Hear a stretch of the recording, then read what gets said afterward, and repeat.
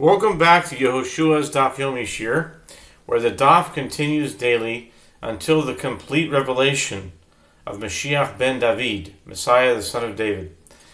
We are on page 73b, top of the page, Chullin 73b. Ayin Gimel Amid Beis, with the words Bishlama le Rabbi Shimon ben Lakish. Bishlama le Rabbi Shimon ben Lakish, לדבריהם כאמר לו לדידי לא ישנו, עבר דעובר ולא ישנו, עבר דבהמה כי ידו דיננו.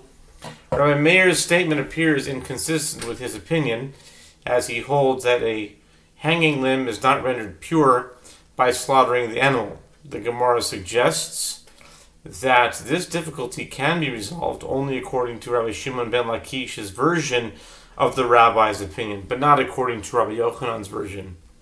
Granted, according to Rabbi Shimon ben Lakish, one can explain that Rabbi Meir was speaking in accordance with the statement of the rabbis as follows.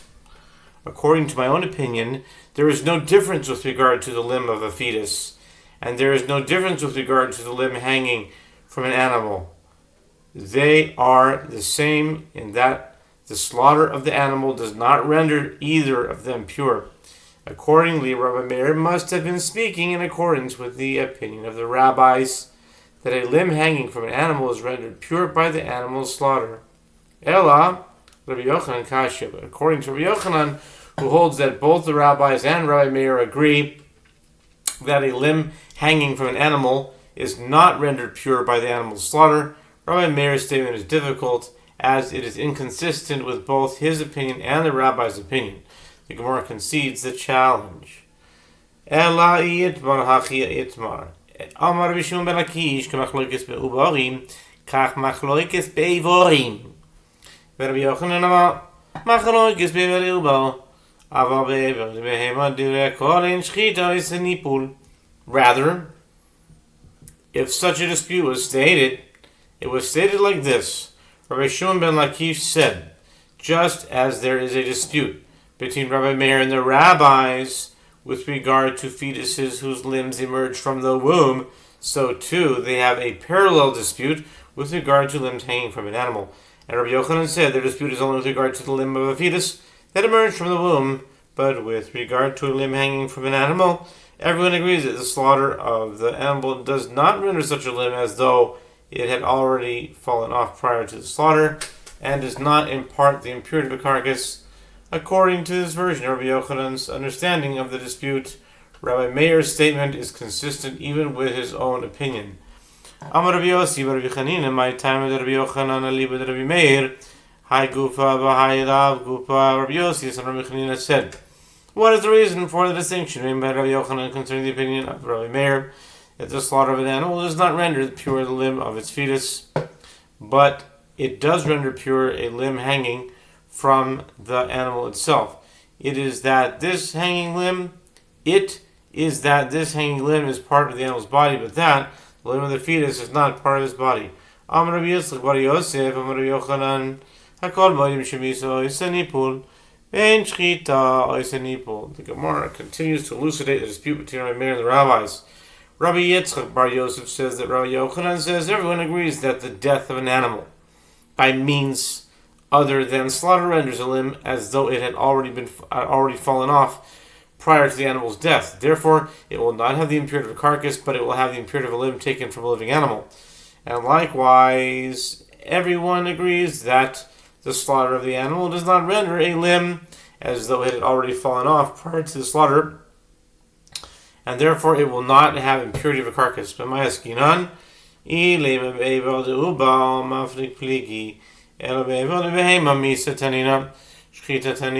Gemara clarifies, what are we dealing with here?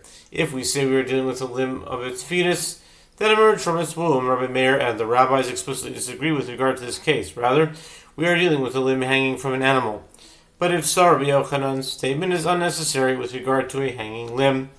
We already learn about the effect of the death of the animal in the Mishnah elsewhere, and we already learn about the effect of the slaughter of the animal in a Mishnah elsewhere.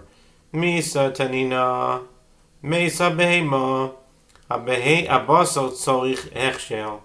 והעבר מטמא משום עבר מן החי, ואינו מטמא משום עבר מן הנבלה, divrei Rabbi Meir. The Gemara elaborates, we already learned about the effect of the death of an animal in the Mishnah 127b. If the animal died without slaughter, any hanging flesh needs to be rendered susceptible by contracting ritual impurity in order to become impure. This is accomplished by coming in contact with liquid with the owner's approval. The reason is that its halachic status is that of flesh severed from a living animal, which is ritually pure and does not have the status of an unslaughtered carcass, and a hanging limb imparts impurity as a limb severed from a living animal, but does not impart impurity as a limb from a carcass. This is the statement of Rabbi Meir. Evidently, Rabbi Meir holds that upon the animal's death, anything hanging from the animal is considered as though it had already fallen off before the animal's death. Since the Mishnah does not record the rabbis disagree, it would appear that they agree.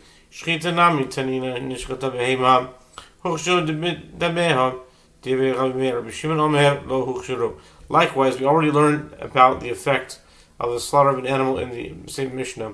If the animal is slaughtered, the limb and the flesh hanging from it are thereby rendered susceptible to impurity by coming in contact with his blood. Blood is one of the 7 liquids that render foods susceptible to impurity, and its presence is considered to be with the approval of the owner, as it makes the meat look redder and fresher. This is the statement of Rabbi Meir.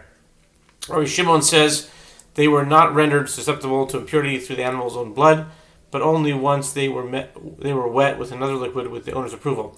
It is apparent that both opinions in that Mishnah agree that the limb does not have the impurity of a limb severed from a living animal. Evidently, they hold that the slaughter does not render the hanging limb as though it had already fallen off beforehand. Given that the Mishnah has already taught both halachot, what was the necessity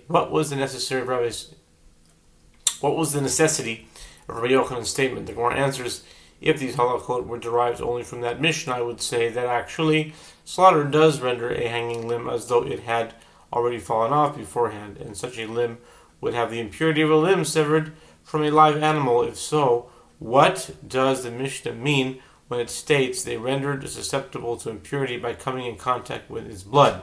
Ostensibly, the intention is that both the limb and the flesh must be rendered susceptible to impurity, which indicates that the limb does not have any impurity of its own. The Gemara explains, one would have explained that the need to be rendered susceptible to impurity is referring only to the flesh, as flesh severed from a living animal does not have any impurity of its own. The Gemara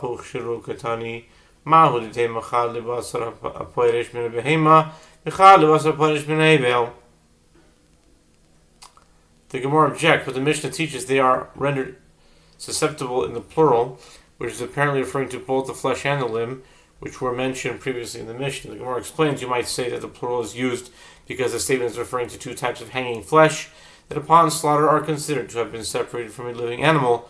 One is for flesh that separates from the body of the animal, and the other one is for flesh that separates from the hanging limb. Neither type has its own impurities, so they must be rendered susceptible to impurity by coming in contact with liquid. The Gemara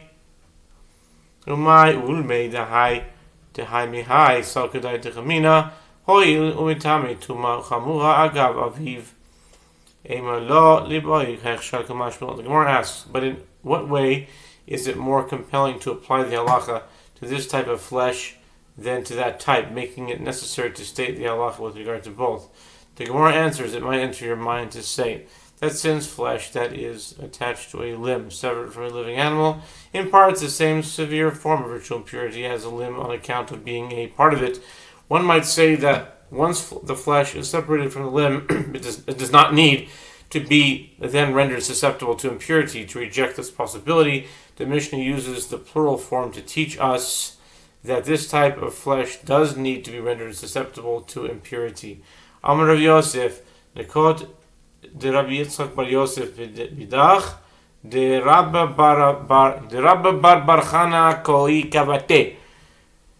The Tanya Basar Basadet Trefalo Zakhelu, Lehavia Ever, Basar Hamedul, Dalin, Bibehemo, Haiva Oiv.